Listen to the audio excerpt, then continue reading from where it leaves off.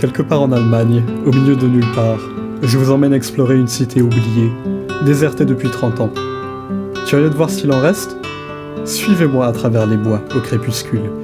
Nous partons à l'aventure.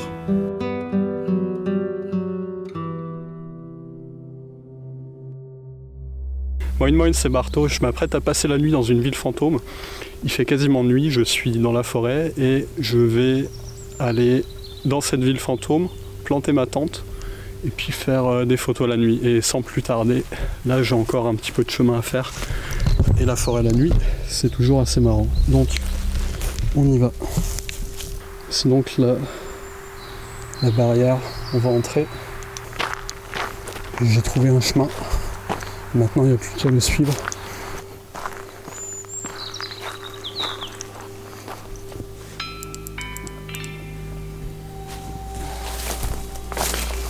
On continue.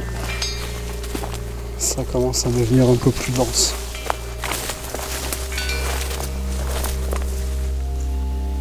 Bon, ça y est, on atteint les bâtiments. Je suis à peu près à mi-chemin des bâtiments les plus intéressants.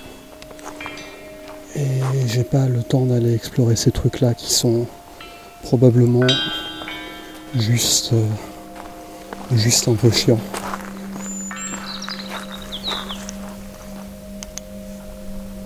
Bon, eh bien, nous voici arrivés. Il y a un certain nombre de bâtiments comme ça. Et puis, je vais déjà faire un peu le tour et puis choisir un endroit pour camper tranquillement.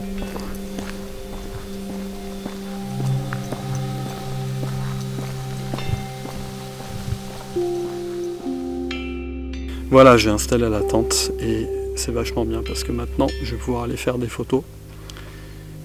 Le truc bien cool, c'est que je vais avoir moins de matos à porter avec moi, donc je vais être un peu plus mobile pour aller faire des photos. La nuit me donne la liberté de modeler la lumière et de transformer les lieux à ma façon.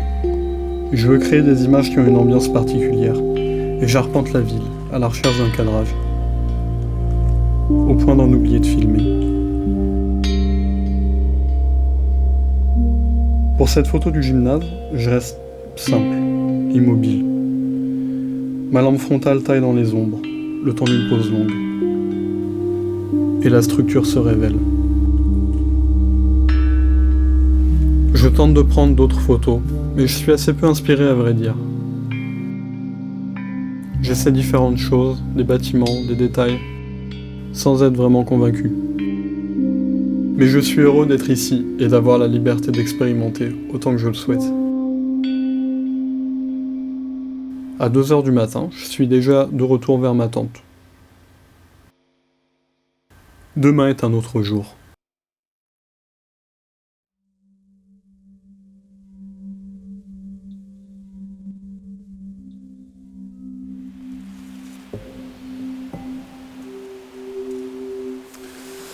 Voilà, première nuit de camping dans une ville fantôme. On se réveille doucement. Ça fait quelques mois que j'ai pas dormi en tente, du coup faut se réhabituer. J'avais jamais dormi dans cette tente-là avant. Globalement ça va. Franchement ça va. On va ouvrir pour voir l'extérieur.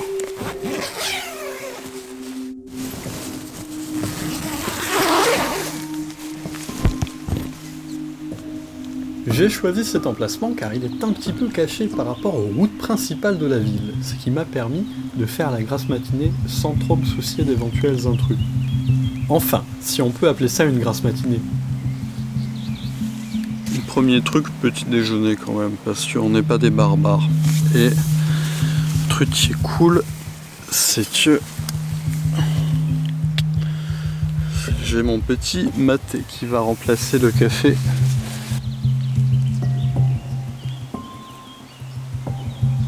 Je vais aller filmer un petit peu cette fameuse ville fantôme de jour parce que hier je suis arrivé vraiment de nuit, c'est la deuxième fois que je viens là et c'est la deuxième fois que j'arrive beaucoup trop tard, donc il fait déjà nuit et du coup c'est pas très pratique pour filmer.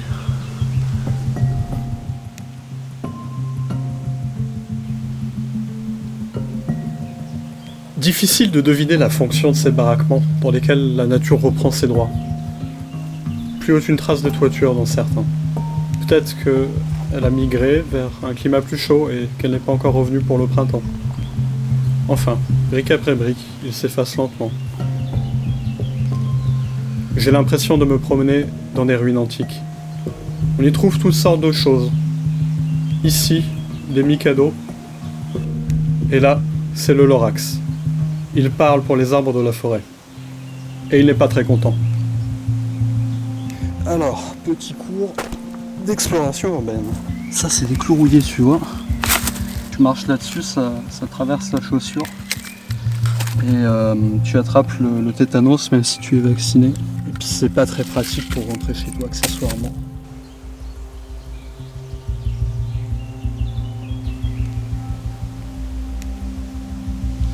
En fait, j'aimerais bien croiser des autres gens parce que ça fait longtemps que j'ai pas vraiment discuté avec d'autres explorateurs.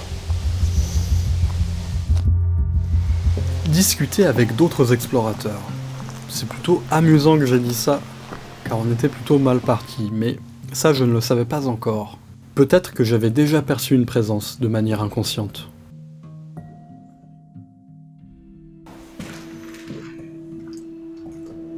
Dans l'est de l'Allemagne se cachent de gigantesques villes fantômes. En effet, après la Seconde Guerre mondiale, l'armée russe a pris possession de nombreux terrains militaires, les a agrandis et y a même stocké des armes nucléaires, sans que les civils de la région n'en aient vent. Ici, près de 5000 personnes étaient stationnées, jusqu'à la chute de l'Union soviétique. La Russie a alors retiré ses troupes, emportant au passage le mobilier et tout ce qui pouvait encore servir. Aujourd'hui, la plupart de ces bâtiments sont donc des coquilles vides. Et il semble peu probable qu'ils soient un jour remis en état.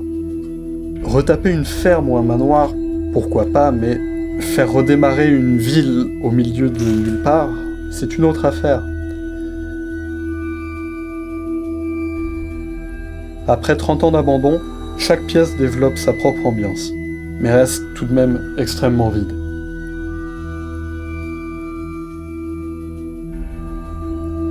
Ce frigo aurait dû lui aussi être emporté, et je ne peux m'empêcher de me poser la question, a-t-il été oublié?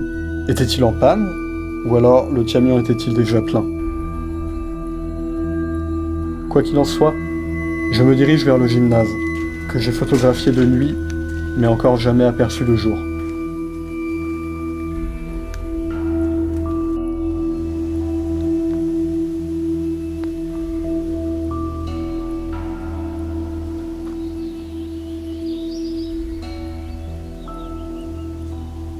La dernière fois, j'ai eu un mal fou de nuit à trouver cette salle.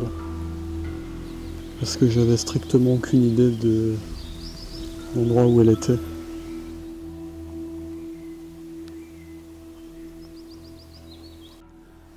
Alors j'entends des gens, mais je sais pas si c'est d'autres explorateurs. Ils parlent assez fort.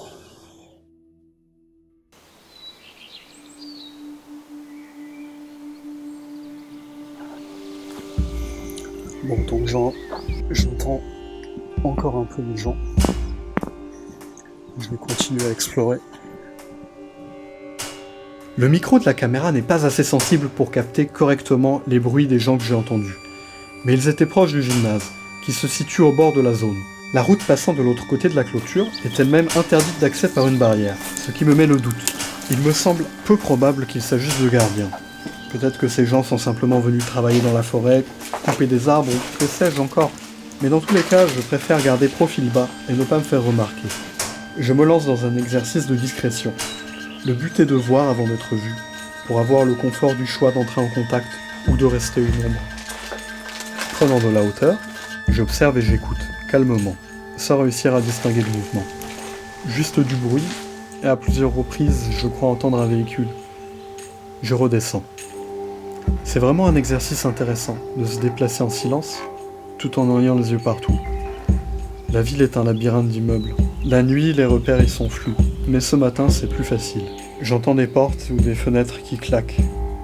Je crois que des gens sont en train d'explorer un de ces immeubles, mais je n'en suis pas certain. Je vais rester une ombre et m'éloigner de la zone.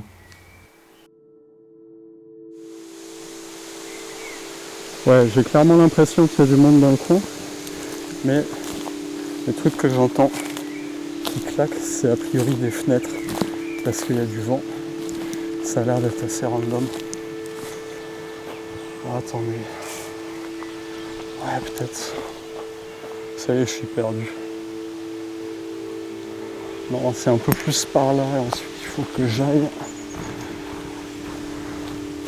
Bon, je vais y aller comme un salaud. À travers champs.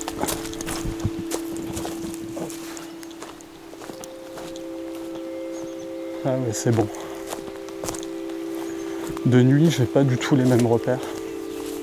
Malgré les voix, les portes qui claquent et la voiture que j'ai entendue, eh bien il n'y a absolument personne en vue, ni gardien, ni explorateur. Par contre, dans la prochaine vidéo, je vous emmène camper dans un parc aquatique abandonné. Et là, c'est possible qu'on croise des gens. Je vous invite à vous abonner pour le découvrir très rapidement.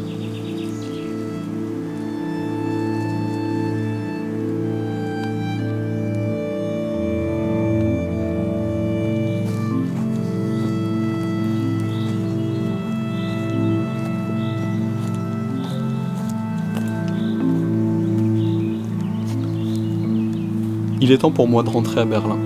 Je suis le même chemin qu'hier soir et j'en profite pour découvrir des détails qui m'avaient échappé.